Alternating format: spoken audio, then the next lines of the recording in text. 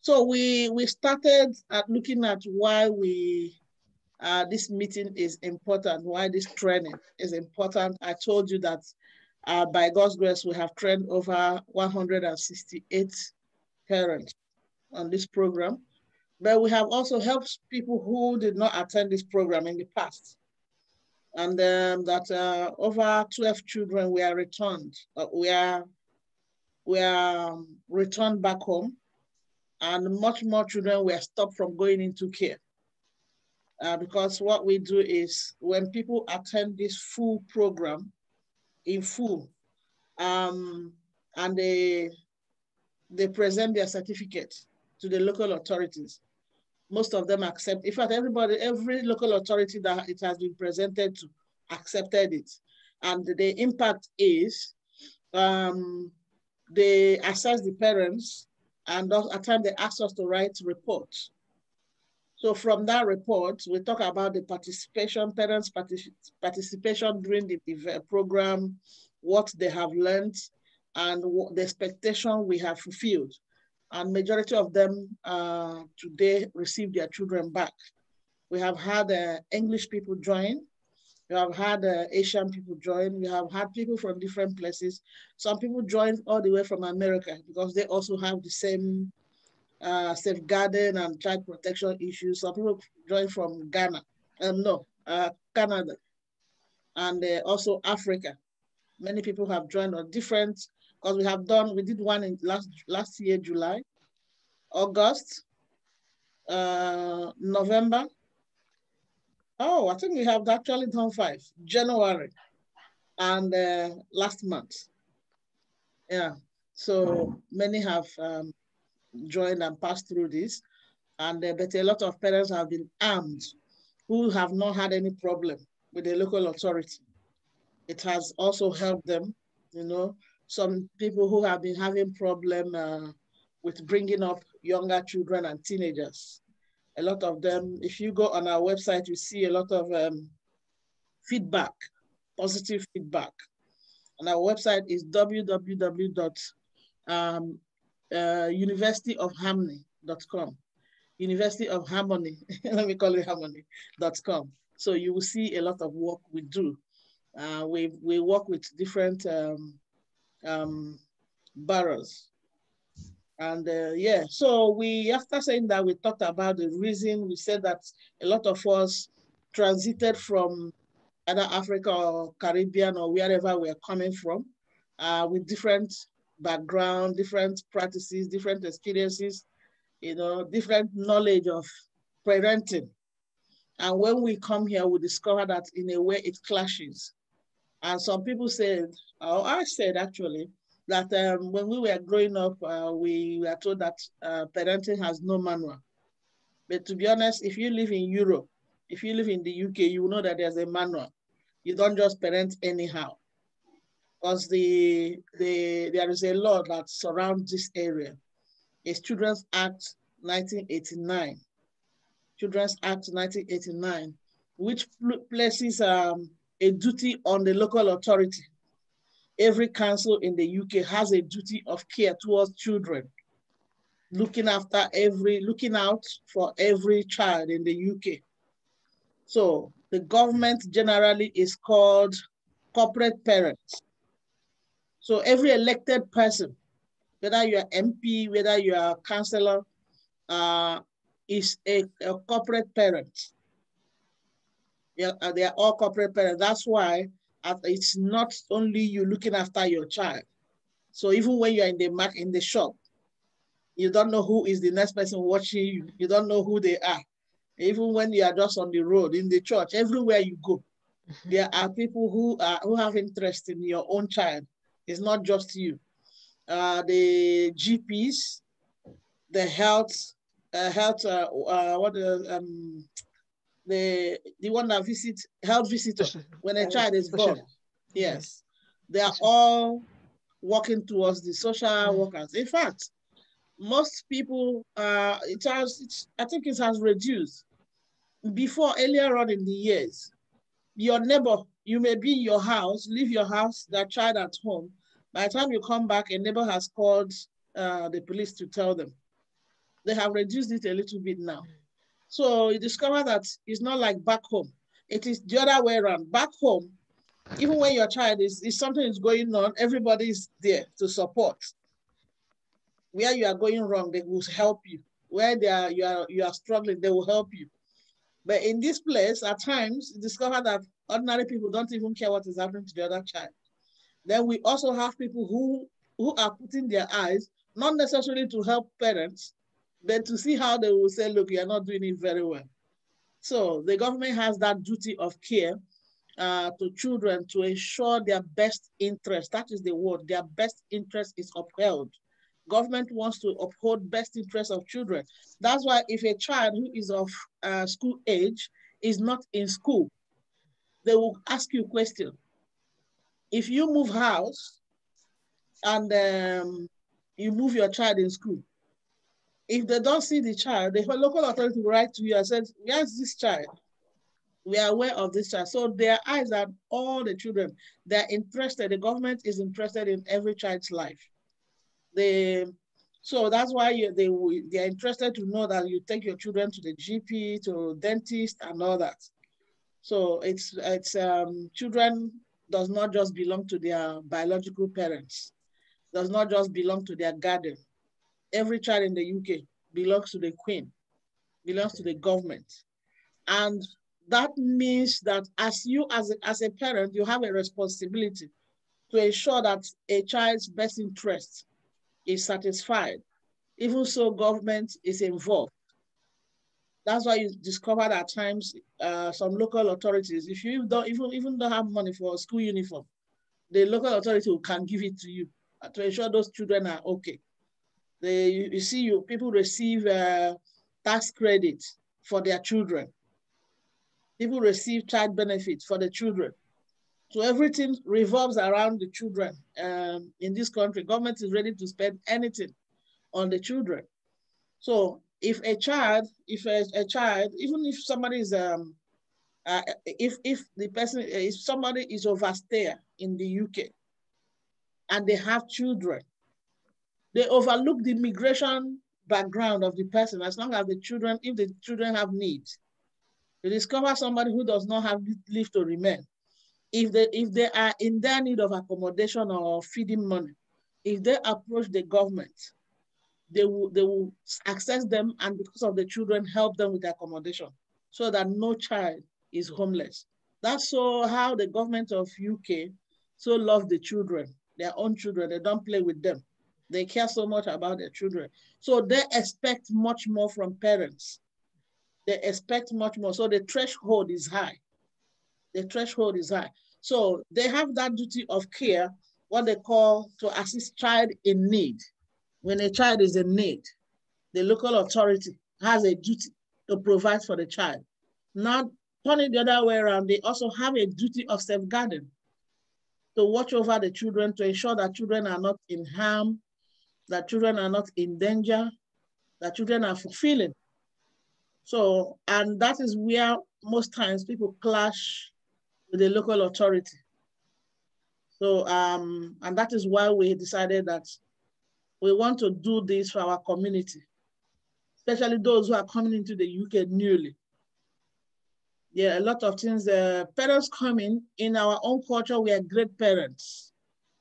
We are great parents in our own way. But when we come here, the question that's great, what we think as great parenthood, if it doesn't align to what is involved here. Some of the things that are winked at back home are actually an offense here in the UK. So it's important that we are up to date when we come into this country, that we are up to date. You know, I'm sorry to say this. I've invited some parents who came newly to the UK. They say, oh, no. Nobody will teach me how to train my children. A man said that the 2 children were almost taken away. I had to intervene, and they told the man, if you don't go through, we're only giving you an option to go through this course, or we are taking those children, or you will not see them again, only the wife. And if the wife keeps the relationship with the man, they will take the children. I had to tell the man was still telling me, I'm a Nigerian man, no, pastor. I said, look, they are trying to help you. You are even lucky. because your wife got me involved nice and early before things got out of hand. I have spoke with them, I have argued with them. So they stepped it down because there was a neglect. Two of them, there's domestic violence as well. I said, so you have broken the threshold, you have gone beyond the threshold. But I have to, you don't know what I have argued, and here you are. Your ego is going to kill you unless you don't love your children. So he had to submit himself and did this thing. So I wrote, they asked me to write a report. So instead of taking the children to care, what they did was to put them in a register as child in need. So that means now they help the children and they warn the woman that she should still not allow the man until they have assessed the man. So the woman is the one living with the children. So that pride our people have. We are not saying that you should do this course because you're a bad parent. Never. Those children, those people that they took their children away we are never bad parents.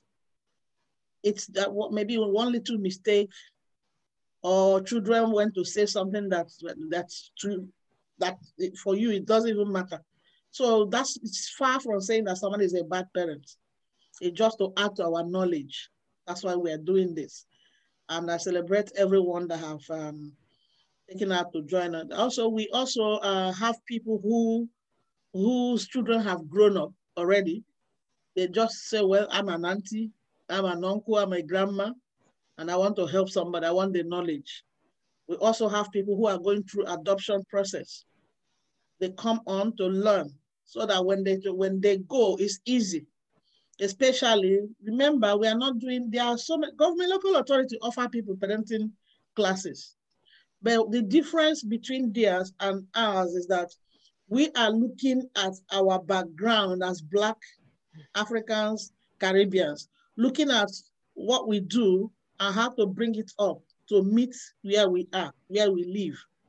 The other one, they just tell you to, it's like teaching you that you should be as if you should be a white parent. So they're just telling you this is the way it should be done without addressing who you are, your background. So it looks as if they're saying, forget your background completely. You must do it that way. But we are saying, no, you shouldn't forget your background. Keep your background because we have rich cultures, but refine them to ensure that it doesn't hurt the child, to ensure that it is the best interest of a child. You know, so it's as simple as that. So that's why we are here. So we started yesterday by looking at mental health issues in the family. And we agreed that mental health affects adults as much as it affects children. So we looked at symptoms. But we also said that mental health is a person's psychological and emotional condition. And when someone has a mental health problem, it's usually mild compared to psychiatric problem. Mental health is temporary. If attention is paid to it, if intervention is given, once it is detected, it is temporary. The difference again is that psychiatrists, you cannot wake up and say this person has a psychiatrist problem. It's only doctors that can diagnose somebody with psychiatric problem. But mental health, you don't need certificate to detect it. Once you see any abnormal behavior, abnormal reasoning, unlike the person you know, then somebody is under some pressure, then you can detect it quickly. The psychiatric problem needs a diagnosis of a doctor. So that's another difference. So for anybody having mental health, you don't really necessarily need a doctor to diagnose it. You can also know that this is not me. I think I'm overworked. I think I'm under pressure, you know, and you can also notice it when a child that is normally vibrant becomes withdrawn, becomes aggressive, becomes disruptive. So you know that there is something wrong. So we said that, then we looked at the triggers. What are the triggers? So we are talking of the risk factor that children can be exposed If children are exposed to these risk factors, they can have mental health problems without us knowing, unless we are emotionally connected. It's only when you're emotionally connected with your child that you will detect that this child, something is wrong. This is not my child. So it's important that we're emotionally connected.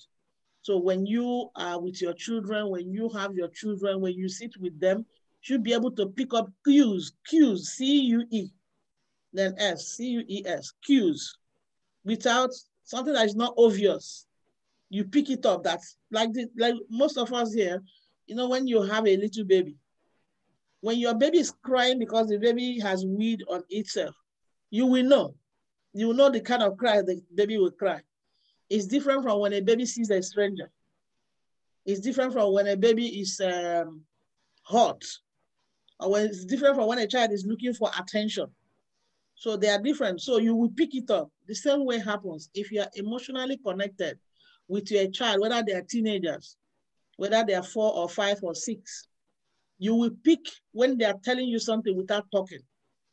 You will know that they want to say something, but they maybe because of the environment, maybe because of one inhibition or the other, they are not able to verbalize it. But mere looking, those of us that grew in Africa, when your mother is talking, at times your mother does not need to say something, especially when you have a visitor. Yeah, if you have a visitor and they're eating and you're sitting there and the visitors are eating, all your mother needs to do is like this, and you disappear the last minute. That is connection. That is connection. But have you discovered that in the UK, even if you look at your child, they're still looking at you like they're still looking at you until that's why we are now encouraging people to teach our children our vernacular, our language, so that you speak your language to them. If not, you are just giving them sign in vain. They won't even know what you're talking about. You are just doing like this. They say, why? Why do you want me to go inside? It's so embarrassing that it's better you don't even tell them. It's better before you have a guest, you tell them what you need to tell them. Before you tell them whether if guest offers you drink, take or don't take. Better discuss it before guest. If not, if the guest is sitting there, you can't. Or they will embarrass you and say, are you telling me to go away? Did you say I shouldn't take it? It's so amazing.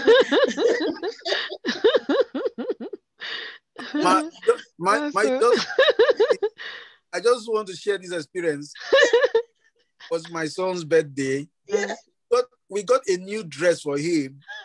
New dress, and we were all, appearing on uniform, white. Yeah. He just for him to change and wear the new uniform. He was asked why. Why? I said, no, he doesn't want it. It was so embarrassing. Yeah. The why? We said because it's your birthday. He said, no, I'm all right with this. I just look at the mom's, face. The mom was not really happy because she spent time, shopping, get everything arranged and wants the child to look. And of course, we were in a environment. So yeah. No, I'm telling you, in this country, they won't listen. The best option, the best thing you do is, before anything, before you have your guests, have a discussion. That's what we talked about yesterday, engaging the children.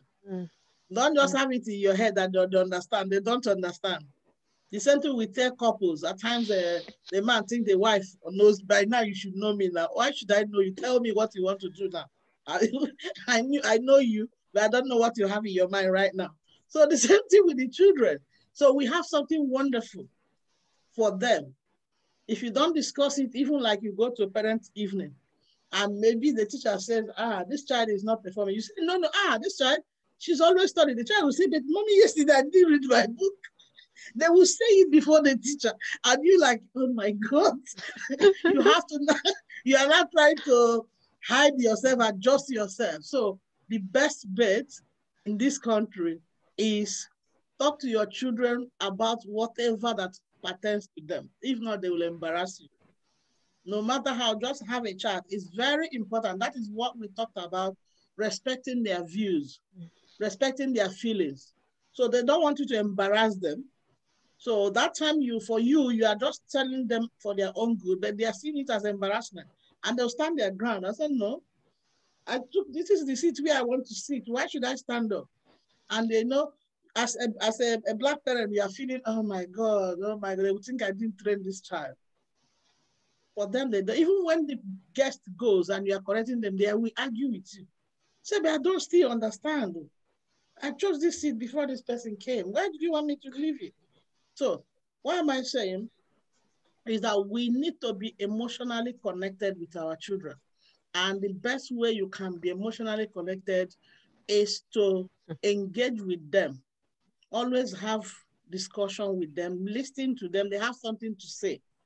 Once they get used to that, you will know when the child is itchy to say something, but something maybe around them, there is a reason why they can't talk. You will pick it up. So we looked at that. So when a child, if there is that emotional connection and the environment is conducive, it will be very hard for a child to suffer mental health problem. But when there is crisis in the house, the husband and wife is arguing, the mother had problem, or father had problem in the workplace, and they come back, they should display it. On the phone, you have argument with somebody, you're always screaming, and all those things affect them because they are worried for your well-being as a parent. But they will not tell you that they are worried. By the time some of them will come and say, "Mommy, are you all right?" But that child telling you that, it has really, they have meditated on it, they have thought about it. And if it continues unaddressed, that is what we'll call this mental health issue. They can go to school looking distraught, looking disinterested, looking absent. They're in class, but they are not listening. And the teacher, I don't know, so teacher at times will call you and say, did your child sleep at home last night at all? When did your child go to? A lot of young parents get these calls. When did that child go to bed last night? Because this child didn't listen in class today. The child, assuming your child didn't eat, they'll ask you this question because we said yesterday that most of the schools, they have social workers. They have psychologists in the school. So once your child is coming in, once they see your child, remember this, most children stay with them more hours than us parents. So they know these children's characteristics. So they pick up the cues while some parents can't pick up cues. And it's problematic. We want to encourage our community to promote good mental health, both for ourselves, for our children. Because I believe one thing, that we must raise ourselves before we can raise healthy children. We must be people who are balanced emotionally, mentally. So we are able to raise children who are also balanced mentally and emotionally. Very important. So we also discussed, so we are talking about triggers, risk factors. We talked about that domestic affair, what happens in the family. We talked about bereavement, separation, domestic violence.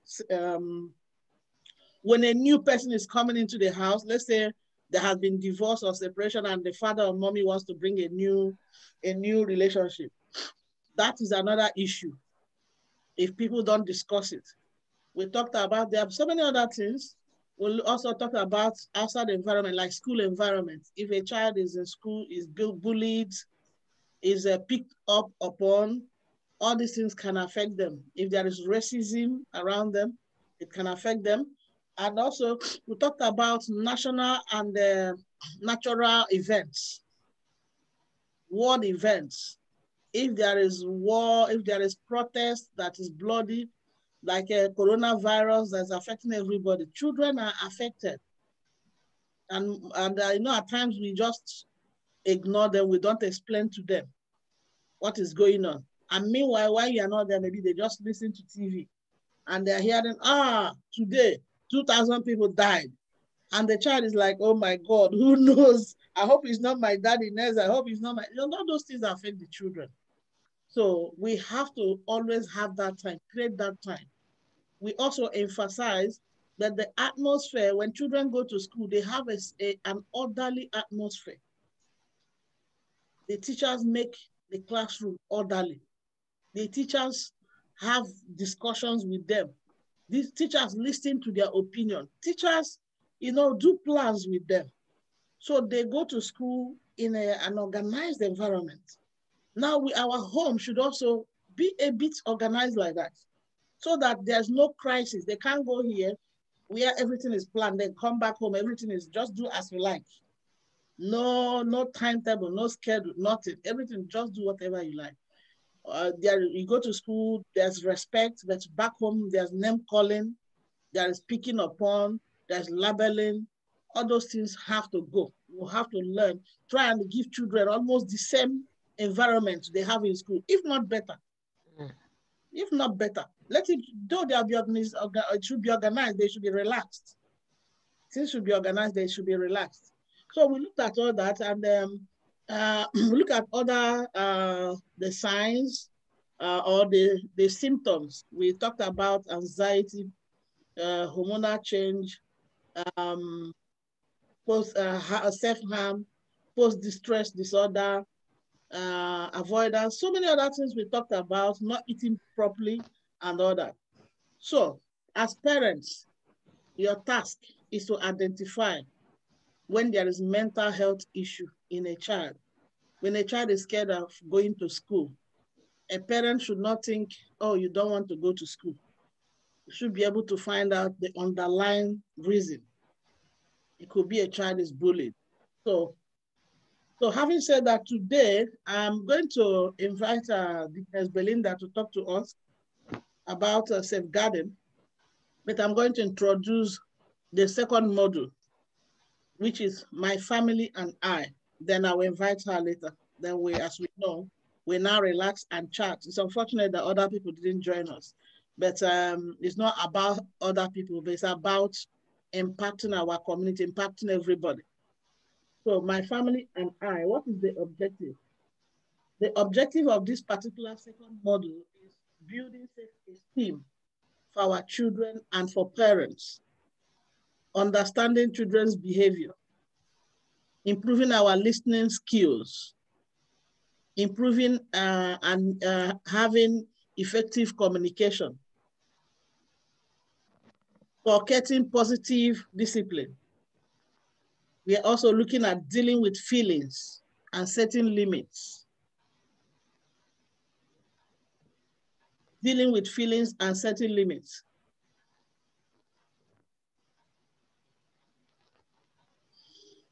Okay.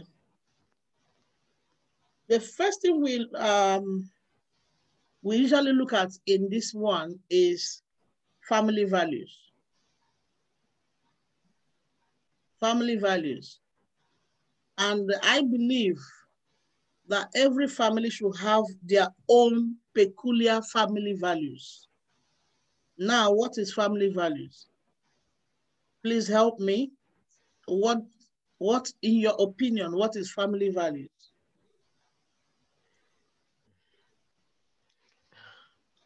I think to me, I think family value is the things you put in order, or the things you put in a place that will make you and your family to be together. Like it's just like a rules and regulation in the family. The value you created. I don't know whether I got it right or what. Yeah, you are very correct. There's no right or wrong answer to this. But it is what you have said. It is the rules that guide a family. That is fantastic. Yes. So any other person has any other definition? I will say that there are those distinctive things that your family is known for, which help to put them, which help to make your family outstanding. Basically, the values have to do with, we could narrow it down to the do's and the don'ts, which you also use in order to make your family to be that distinctive in a way. Such like, telling your children to be honest, truthful, that the family be truthful and honest at all time in their dealings, and trying to establish those things that you will also want them to model as you model. You could say, oh, in this house, you have set out that, look, people don't talk and shout. You don't, you don't shout on top of your voice. Mm-hmm. So it could, differ from their distinctive, things you want your family to be known for, and which is, tailored to promote healthy living, relationship, and, make the family to be outstanding. Fantastic. You really summarized it as well. Dignas, do you have something to say on that? Oh, I can only add to what, I don't know his name, sorry, but it says Sunday's iPhone. Yes, Sunday. Yes. It's exactly what I wanted to say, but I'll just add up a little bit. Like, we are all different. Like, every human being is different. You have your own values. I'll just give a little example. Let's say, I'll say in my family, every Sunday, whoever works, we all work during the week, but we make sure on a Sunday, we all have a day off and have that family get together where everybody forgets about work and we concentrate on the family. I'll just add on that. That is my take on that. That's fantastic. No, that's good. That's really, really good. I don't know, Sister Gloria, are you able to speak now? Have you corrected, or have you been able to solve the volume? Okay, I don't think so. Yeah, so we are all correct. Family values is what your family is noted for. This is what we are noted for. This is what we are modeling. You all summarized it very well. But do we agree that you can have fantastic family value as adults in your head? If you don't communicate it, the children may not know. They may DM, yeah, this is what my mommy do. This is what my daddy does, but they don't think it applies to them. So they don't think that they may not understand that they are expected to do it. So it's good to have family values, to know them. But one of the things we have discovered here, in almost all the models we did, most parents have never discussed their family values with their children. But the same children will break that family value, they make a mistake, then they will punish them. Meanwhile, they never told them openly. They assume that you should know that this is how what people know, this is how our family is. You should know. No, they are children. They don't. So if you have fantastic family values without discussing it, without passing it on, it's not effective. It could be only you carrying it. They pick another value from school because they may be looking at you as this village person that came from Africa, and they want to pick up what an English family is doing. Or in their family, when you wash dishes, you must get money. Or in their family, they can call their daddy fat head, goat head, and the father is smiling about it. They can pick all those things. Meanwhile, it's not your value. And you are now angry with the child.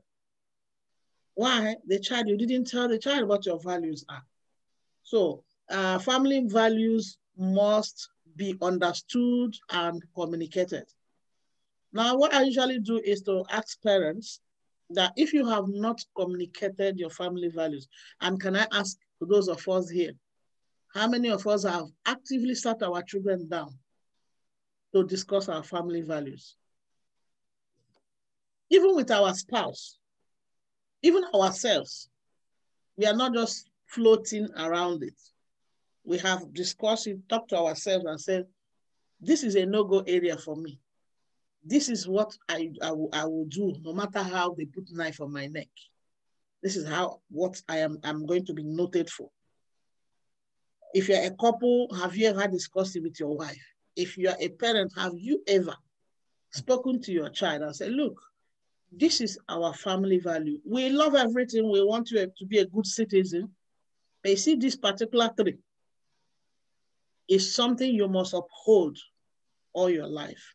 Please, if you have done that, let us see your hand up and tell us your three values you have shared. If you have not, don't feel bad about it. Don't feel shy about it. That's why we are here.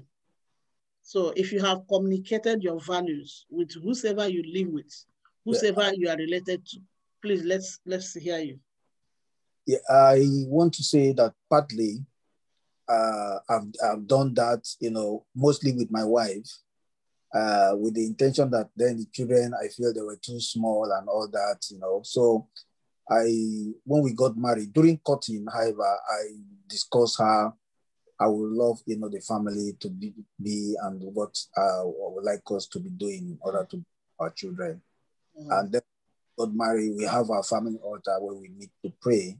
I think that is key, one of the values, and which we communicated very well with. And even when the children started coming, discussed that, with her, and we encourage, the children to join in prayers. Even now, we still do that. What I'm saying in essence is that there are certain things I felt that could be, a failure on my part, that maybe at the stage where the children are, they've not gone to the stage where those values would have been communicated, to them. So I think partly I will say that I couldn't really engage the children in some of those things that I felt it was below their age at that time. So I stand to be corrected. Like, there are certain things that I felt the children would even will only maybe observe. They can't catch it up in terms of, since they were not able to speak, that as at that time. So I couldn't really engage them to discuss some certain values with them. So yeah. Okay, yeah, it's still doable. Well done. This is discussed with your wife. Okay, yeah, Sister Franca, Melinda, Sister Gloria, have you ever sat down to discuss your family values? Yeah, to me, I have with my husband when we started, before we get married, although he knows me before we get married, but despite that, there are some certain things that I like, which he doesn't like. If which he doesn't know that I like it. So when we got married, so we sat together, and I told him that, especially for example, I told him that I cannot do without my God, that he should allow me to go for things that are concerning, God. And then I said to him that, I love you first, but I will love God first and you before any other thing, which he knows, and he has been respecting me on that. But based on my children as well, when I got my child, although he's not he has not grown up enough for me to tell him more, but the little one, I told him that, see your name, you are going to serve God based on your name, Samuel. And I have been telling him always with that. And some of the things that he does, I just gradually I will be bringing him, because I'm not so much close to him. So that's why I have not communicated much with him. But I hope everything will be all right very soon, so that I will be able to communicate everything to him. Fantastic, fantastic. I'm really glad to hear that. Dickness, I know that you and Pastor have your family values. Has it been communicated to the children? Yes, we communicate more. Like, we'll communicate together and say, okay, this and this is what we want. And then we'll discuss with the children. Sometimes family values can change. Yes, as yes. children are growing. Yes. You need to look more into those children who are growing up and look at the younger ones as well, because what you were doing with the younger ones is not the same you will do with the older ones. So there are changes along the line, but you still have to communicate them. Okay, these are the changes. How do we go about it? Call the children, discuss with them. Like, there are little things apart from values, like going to the shop. You just see this top, you think, oh, this will be so nice. And then you get home and the child don't like it. It's because you didn't communicate. You need to know what they like and what they don't like as they are growing. It's normal that you just go and pick anything and just put on them. They have changed. So needs and values change as children are growing. Yeah, I'm sure I've answered that. No, you nailed it. You nailed it. You nailed it. Sister Gloria, are you on now? Okay. Yeah, you nailed it. Family values are very important to be communicated. Even when the children are small, They may not understand everything, but it's good they hear it. As time goes on, it begins to make sense in their mind. So as you said, you keep, it's not something you say once. It's like, it's also like between couples. Oh, we discussed it since we got married. You got married 5-6 years ago. She may have forgotten some of them.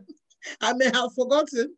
At times, there are other things that erode our mind. So it's always once in a while, couples also sit down and, visit back what their values are. Talk less of children.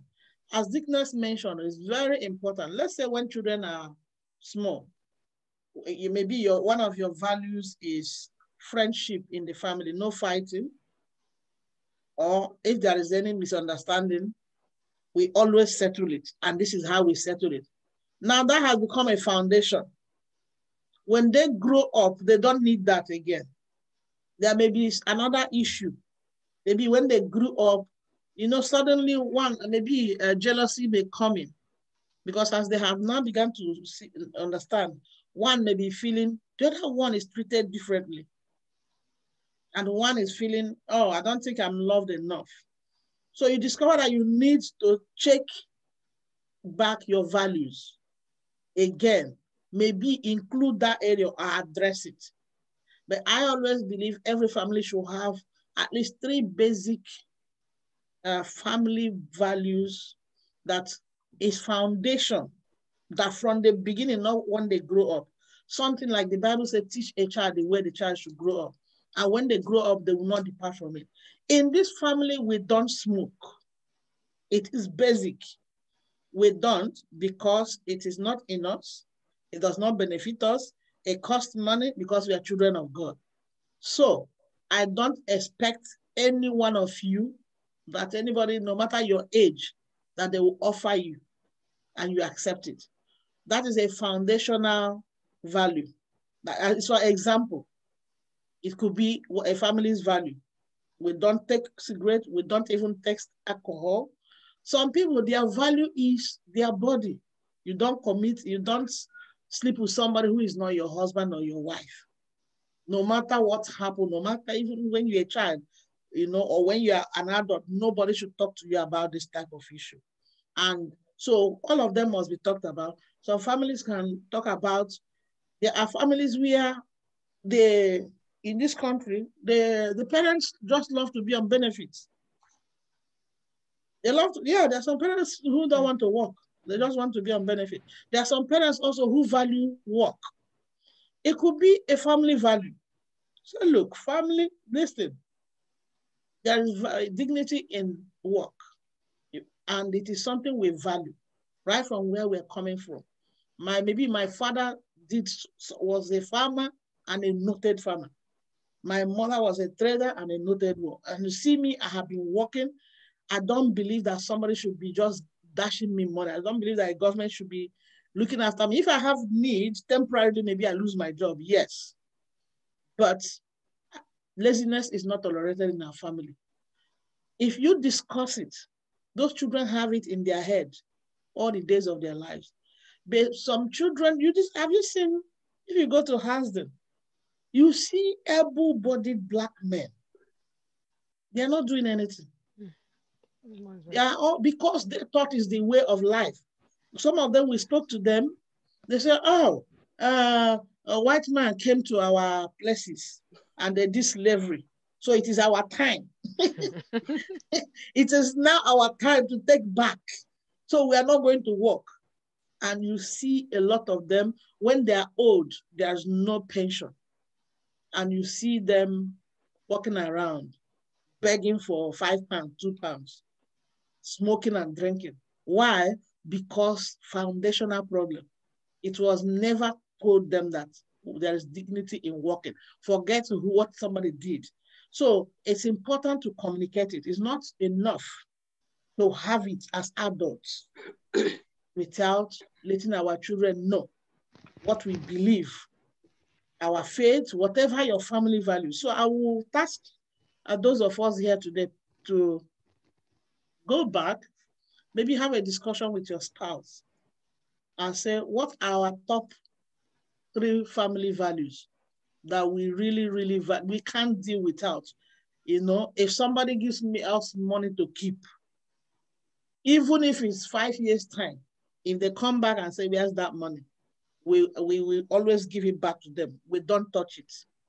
If the children know about it, they grow up like that. So look at 3 strong ones. There are many. A family will have many. As Dickness said, it's bound to be reviewed. But that fundamental one, especially when the children are young, which when the boundary cannot be shaken. They grow up, they just know this is us. There's nothing you can do about this one. There's nothing you will make me not to go to church on Sunday.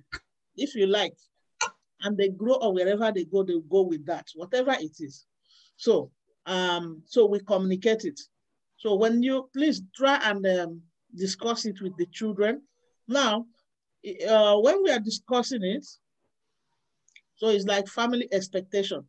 When you are discussing it, you must do it intentionally. Family values must be communicated intentionally. Okay, let's give an example. If a family value is communicated and for one reason or the other, in school or in school, they say we must do this. A child will say, teacher, I'm sorry, I can't do it. They will say, why? In our family, we don't do this. The teacher cannot feel that they don't know why the child say, I'm not doing it. I remember when my children were young, we discussed this, that look, we worship only one God. We respect other people's faith and religion, but we don't mix religion. We don't mix. So when they go to school, they say, today we are going to visit that temple. When you get there, they say, ask you to remove your shoes. Immediately they say it in class, my children, any one of them will go to their teacher and say, I'm sorry, I can't go. Why? They won't say my mom and dad say I shouldn't go. No, they never said that. They say in our family, we are Christians. We don't go to any other place because there are things they may do there which I don't believe in. And the teachers will say, okay. They will write to us and say, okay, your children say they are not going to go. Maybe they should still come in. They will go into another class or they will give them homework to do. So our children didn't go. It's only when they went to, maybe the one they say, okay, mommy, they explained to us, there's nothing like maybe removing your shoe or eating. So like if you go to some Indian temples, Hindu or so, they will do fruits, someone like that. So all of you should eat it. So like when they said, okay, they're going to Jewish temple, they went. My children went. The other one, they'll say, no, we are not going. We didn't tell, some of them we didn't tell, we have already discussed it. So before they will come back, they would have told their teachers and the teachers respected it. So, but if we have not discussed it, either they will even come back and fight you if you said they shouldn't go. They will say, why did you say that? Or they even go and report to the school that my mom said I shouldn't go. Now the parents will now, if you do it once, twice, that's a problem. They will now accuse you that you are training up a child that is not tolerant of other faiths. Do you understand? Because they say my mom said, my dad said. But this child is saying, this is my faith, this is my faith. And I don't go to this or mix up with other religion. I respect people's religion, and I don't visit it. I'm not going. There's nothing they can do because it is the child that have said it. It's not that the parents. Why? Because this has been discussed ahead. So there are many things. This is just an example. There are many things there. This is one of another thing our children is when they were growing up, their friends will say, "Oh, I want you to come for sleepover in their school. I'm having a birthday. You're my classmate. All the other girls are all coming to sleep. My children will say, sorry, I can't come. Why? So we don't do sleepover. There's no argument about it. We will visit, we'll come for the party. Maybe we'll stay there. If the party is starting from 10, we will come and we'll stay. But when it is night, my parents are coming to pick me up. And that's how they grew up because they were not used to doing those sleepovers.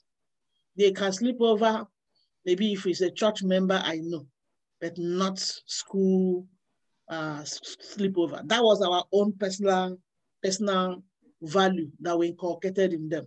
So they never, because I have seen parents that because they told a child not to do sleepover, some children run away from home, some children become rebellious, and it becomes problematic. Why? Because it was never communicated, and suddenly the thing arose, the child is excited in school, they have said, I will come and come, only for the child to come back or say, yeah, they're not going anywhere. And so the child is like, you are just punishing me. But if you have discussed it before it happens, it's an agreed issue. So the child will even tell the person, no, it's the no-go area for me, I can't do it, without bringing you in. They will only come to you and report to you, my friend invited me, but I told her that I'm not coming and I'm not going. And they're happy, they are not sad. So you can see the difference. So when you discuss it ahead and let them know that you are not doing it as a punishment, this is how we are in our family, and this is our reason. Because if, let's say, give an example, this sleepover this. You don't know what happens in that family. They may not be praying. You don't know, they may have brothers or sisters who can do something to you. So it is our duty now to protect you. When you go to university, when you become an adult, you can visit whosoever, because by then you can look after yourself. But now that you are under us, it's our duty to protect you. We don't allow this to happen. So those children will be very happy. They will run with it, and it will never bring problem. So no matter what, the teachers will not say the mom, they are trying to manipulate the children. It's like, in this country, the law says you should not force the children, your faith on the children. There are some parents today, the children have been taken away because of faith. Because they say, oh, you are trying to force this child does not want to go to church, you force the child. But if, when your children are small, you discuss it like, look, our family value in this house, our faith is number one. We believe in God. We go to church no matter what happens, whether things are okay or not okay, we go to church. We serve God. When there's nothing, they will go to school and they say, oh, today we are going to church. The teacher cannot stop that child, because the child say, I want to go to church. It's not that my mother said I must come to church. So once they hear that my mother or my father says, that means you are manipulating the children. You are imposing your will on the child. And that is the one that brings people into trouble. So it's very important you have these discussions. And some of them, you have your own value in your head. You communicate it. You also ask the children. They may suggest certain things, or they may ask you as a question. Okay, mommy, what of this type of thing? Daddy, what of this? What will we do in case tomorrow we meet this kind of situation?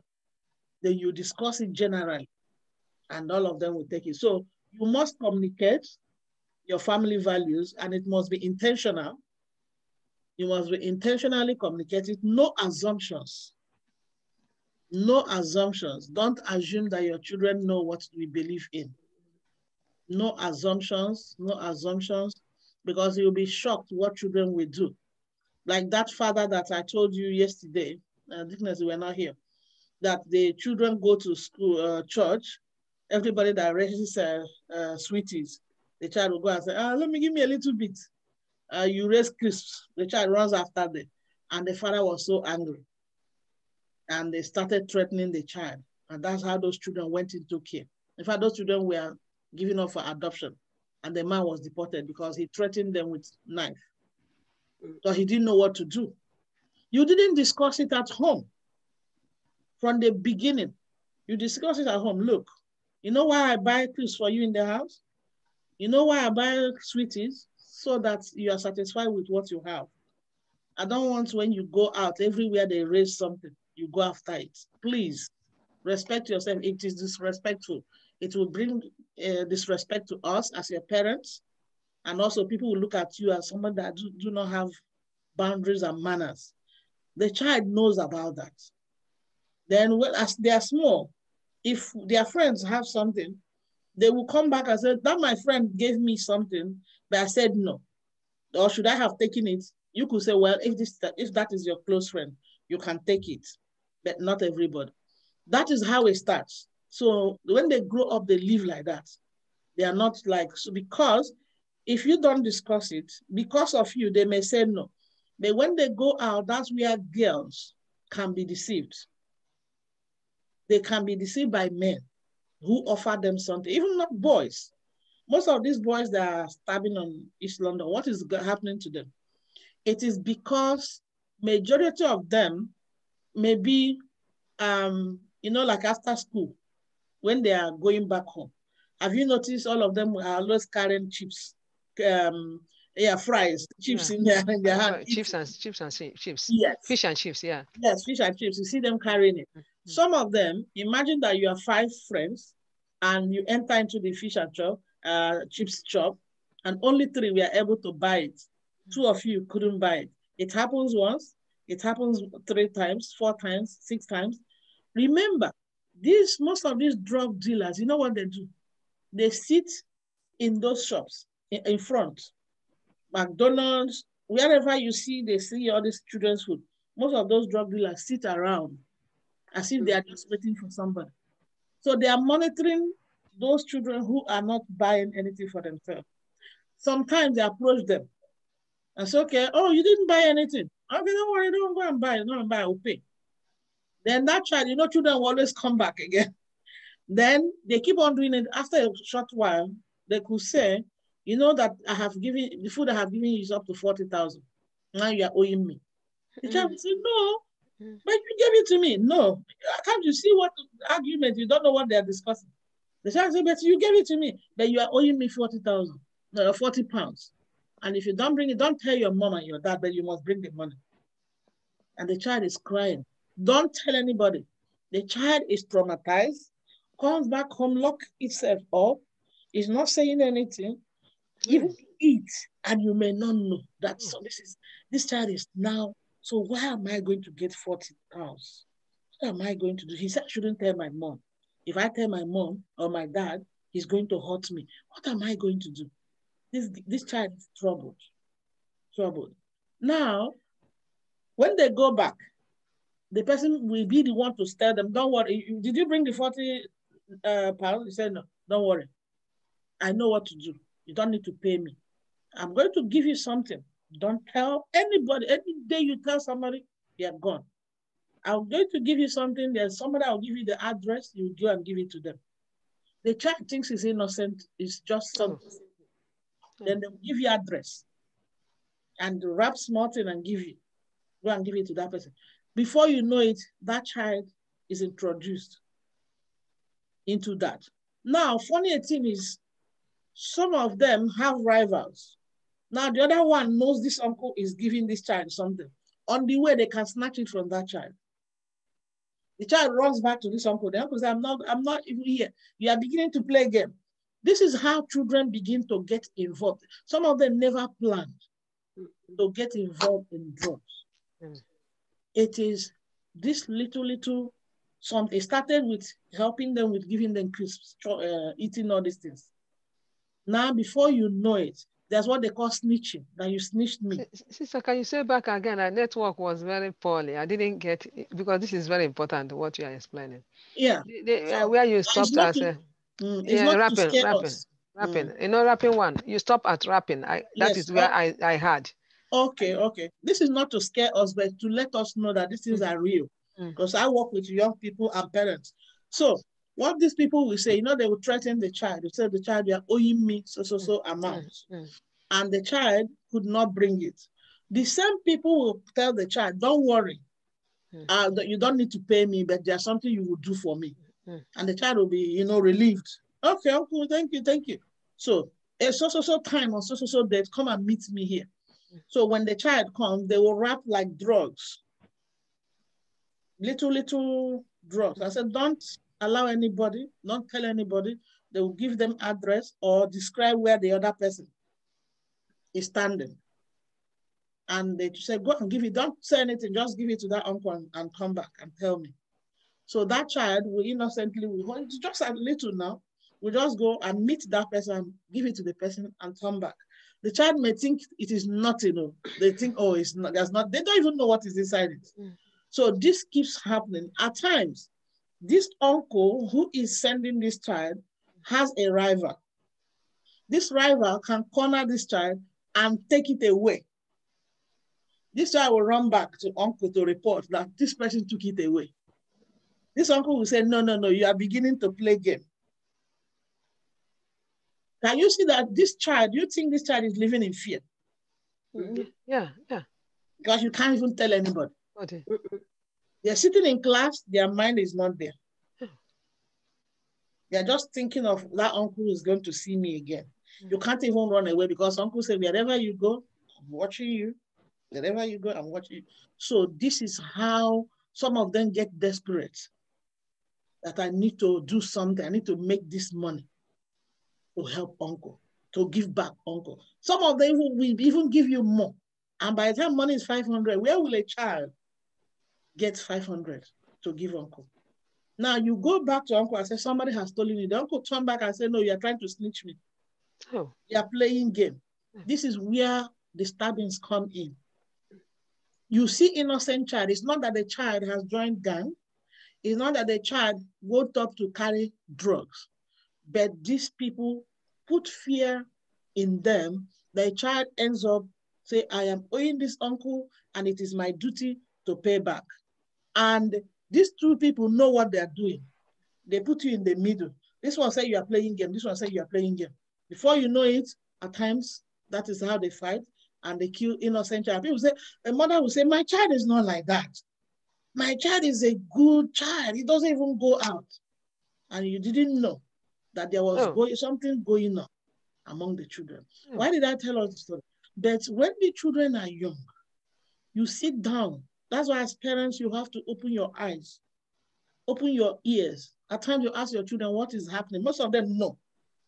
If you have a child as a teenager, most of them know about this. Some of them do know. The smaller ones may not know.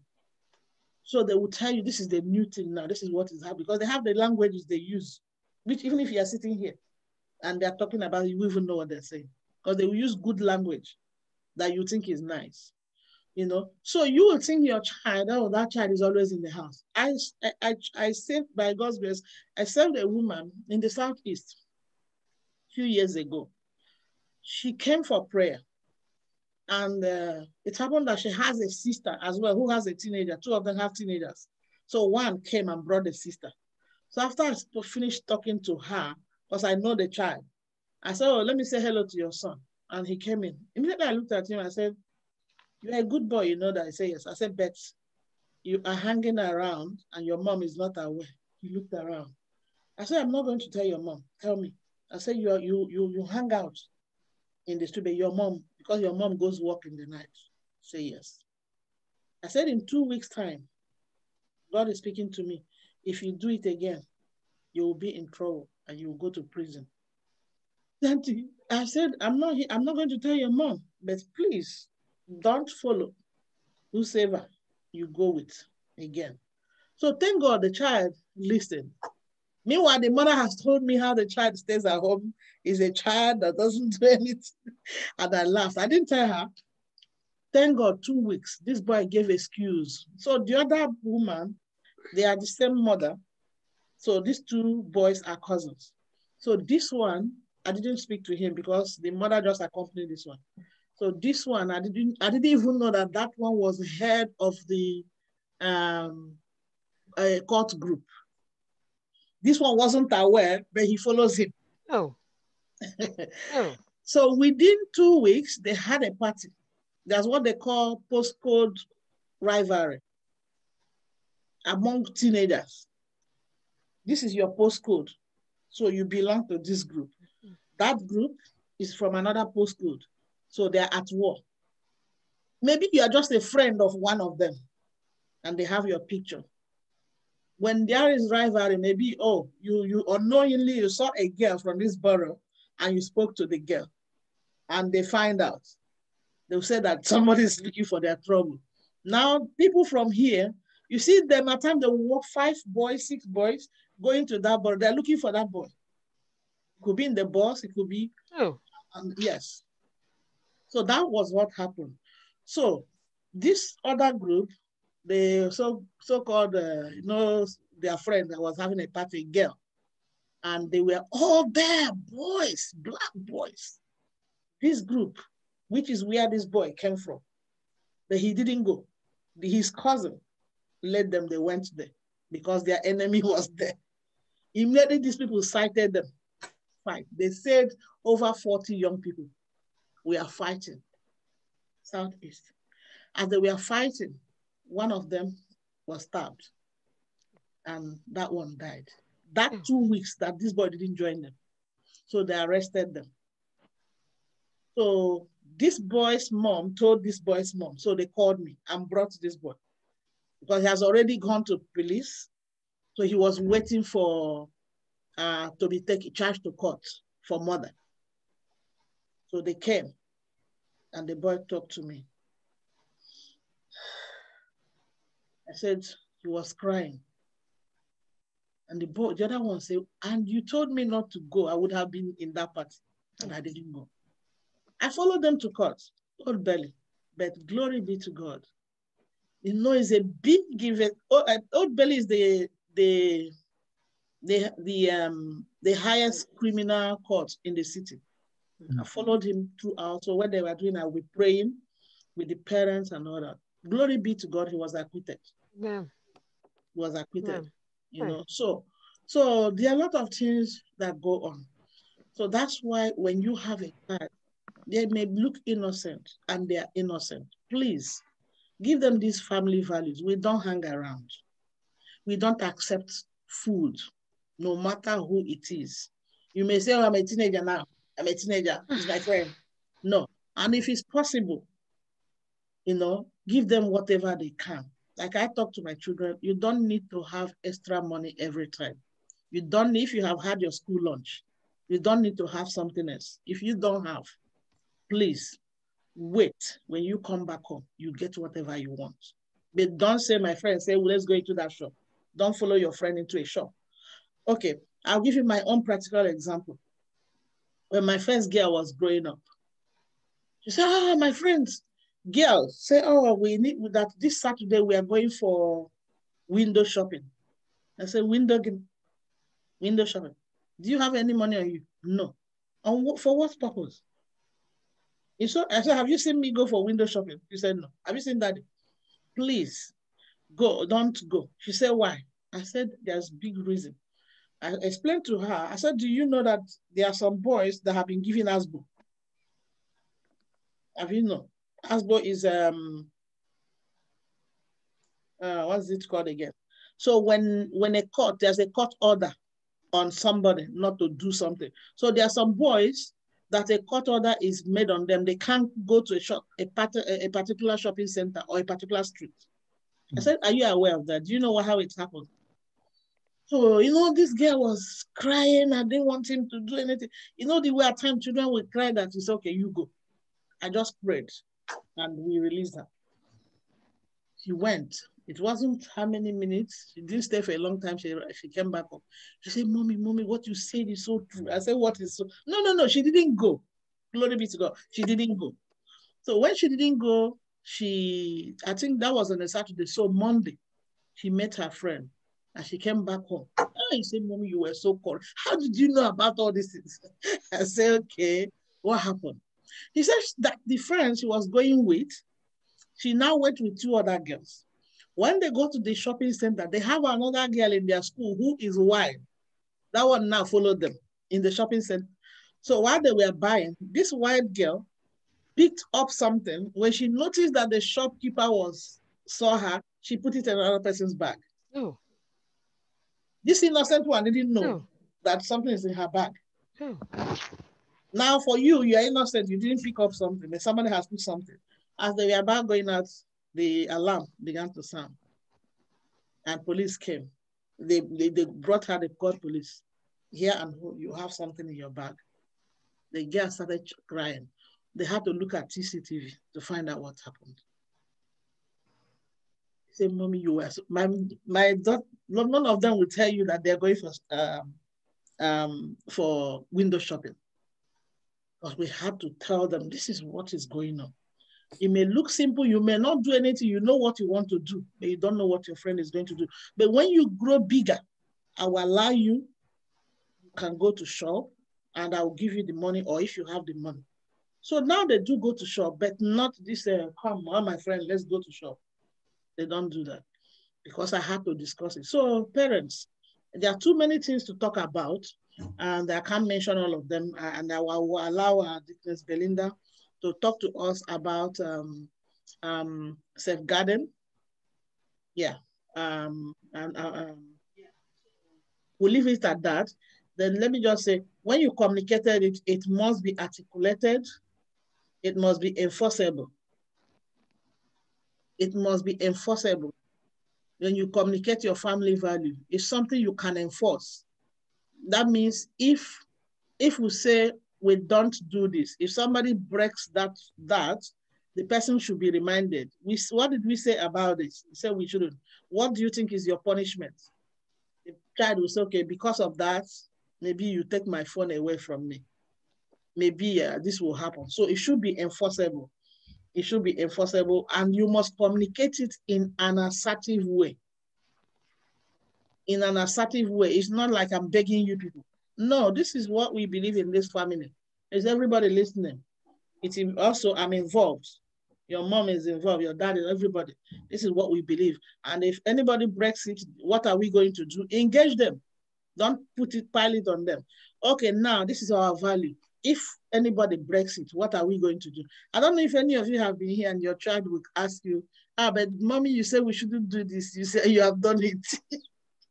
You have done it. Yeah, you see? So that is them. Because you have discussed it, you say we shouldn't do it. So it should be enforceable. It should be said in an assertive way. And as Dickner said, if possible, rehearse it, revisit it, review it once in a while, and reinforce it because they can forget. Don't say, I had told you 3 years ago, and yeah, now you are doing it. No, they may have forgotten. So once in a while, go back to it again. Having said that, thank you for listening. I'm going to allow Dickness to let us know the area of safeguarding. Thank you. Thank you very much. Thank you. My pleasure. Thank you so much for giving me the opportunity. And while you were talking, I'll just go back a little bit. When you were saying that we must enforce these values, you gave an example that, you know, children should like say it themselves. Like if I break this glass, for example, my punishment is, okay, you take my phone for 1 hour or 5 minutes. When they say with their mouth, and sometimes you can also remind them, do you want to write it down so you don't forget? Some children are good when they write something down, they go back to it. When they revisit it, it kind of like helps them. So when they do that thing, you say, so what do you think is the punishment? Okay, it's all right, then take it. You won't have to struggle. I just wanted to add on that because that's quite interesting. Yes. Thank you. You're welcome. So, I will go into safeguarding. I don't know if... Sorry, I think Brother Sunday wants to ask something on that. Okay. Just wanted a little clarification. You not talk about the age, you know, different in terms of this enforcement and the discipline, because does it have to do with their age too? Because I think that certain values that communicated and punishment, you know, for failing to might differ with their age, as the values also could also change with their age. So I think we need to get a clarification on what should not be done at certain age for a child that maybe consider as you being vindictive, you know, to that child. Because yes, at certain age, if you might not introduce that punishment because of their age, and then if you do, how would that be regarded? You know, for example, you know, a child that is 2 years or 3 years old might not be the same thing for a child that is 10 years or 5 years or above. I just want a bit example and clarification on that. You know. Okay. What I would say that when we're talking of punishment, discipline is not corporal. It's not hitting or something. Yeah, no, I'm not referring to that. Yeah. So in this country, children, if you notice in their schools, they don't reduce or they don't try to pamper once it comes to discipline or giving instruction, this is what we need to do. Even if you go to nursery school, they still tell them, this time is time for tidying up. And they follow the rule. So because the punishment we are talking of is not corporal, anybody can serve that. Like a child of 3 years who may not have phone, may not be, I'll take away your phone. It may be, you will go to a naughty corner.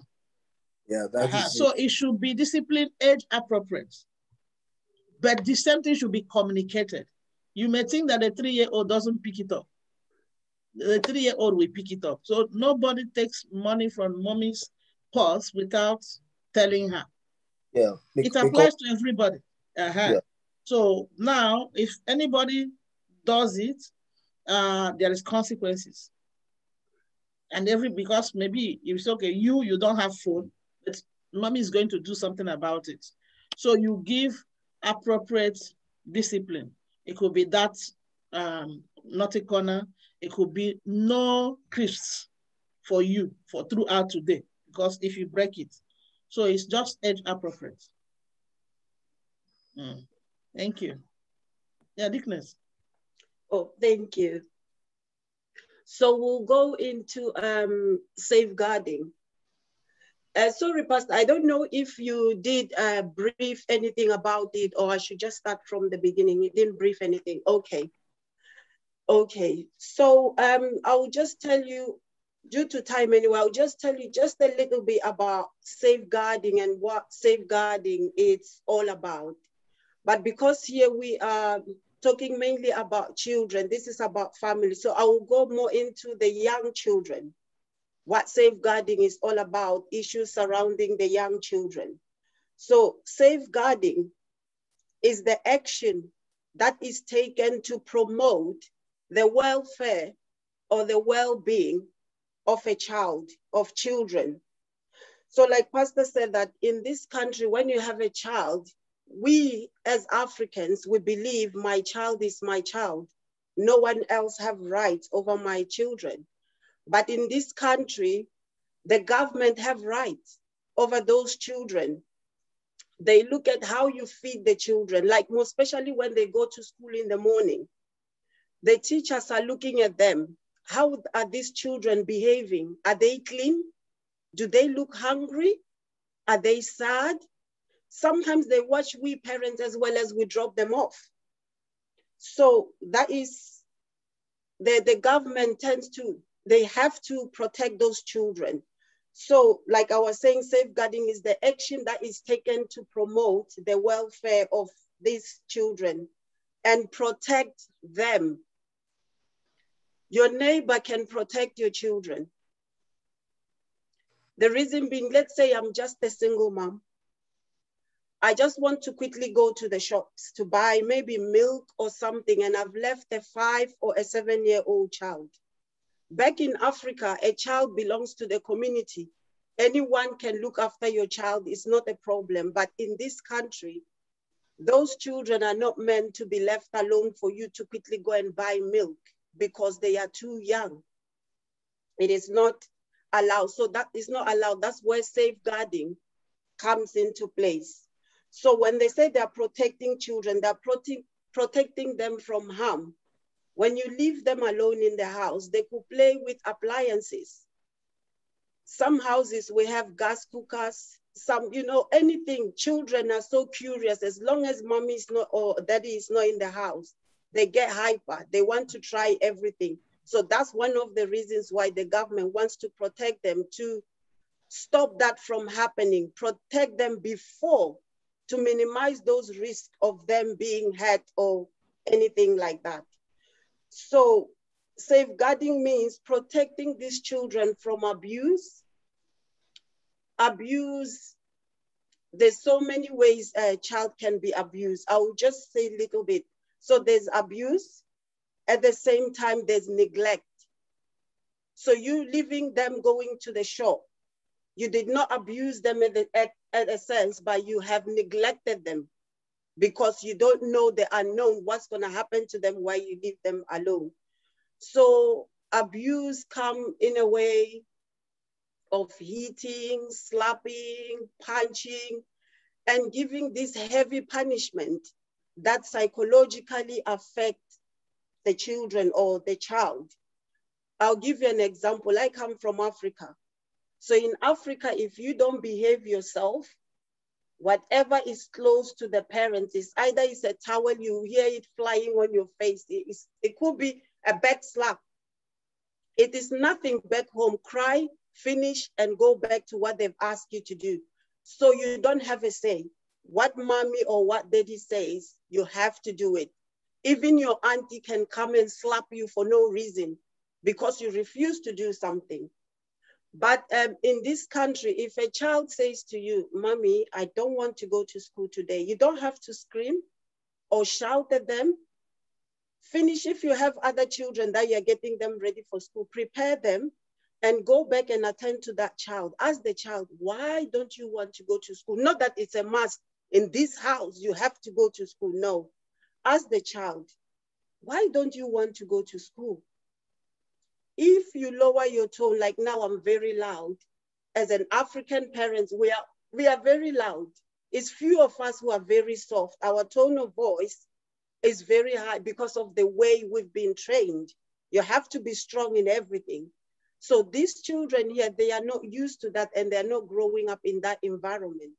So you call the child, darling, sit down. Let's talk about it. Why don't you want to go to school? The child will say more than what you expected from them.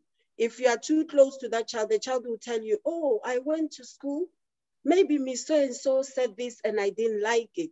So it does not mean the child didn't want to go to school, but their feelings were hurt because these children here, they guide their feelings a lot. Someone was so mean to me. Someone was so rude. Due to that, they don't want to go to school. So you sitting down with them and talking to them, you are minimizing the risk of you harming that child, abuse taking place.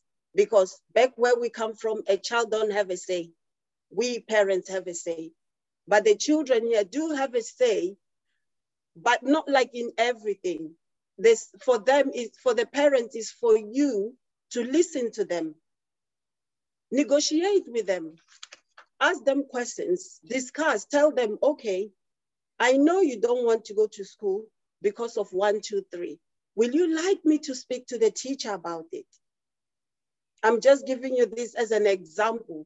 For me, it worked over the years because when you discuss with them, they tend to tell you more. So it reduced the shouting and the screaming and the slapping. So the government is safeguarding those kind of children who are being abused. We don't know we are abusing our children. We don't know that we are neglecting them. So by that, I will just come back to the parents. Do you have any example that you can give me where you think, oh, I was so angry yesterday and I nearly raised my hand, or I nearly said to the child, go outside, it's raining, that's your punishment. Going outside while it's raining is not a good punishment. Punishment, we can punish them in so many ways. I just want to hear from your side of the story. What do you understand by this? Just this little bit I just said about safeguarding, so we can be able to move forward. Then I know we are following.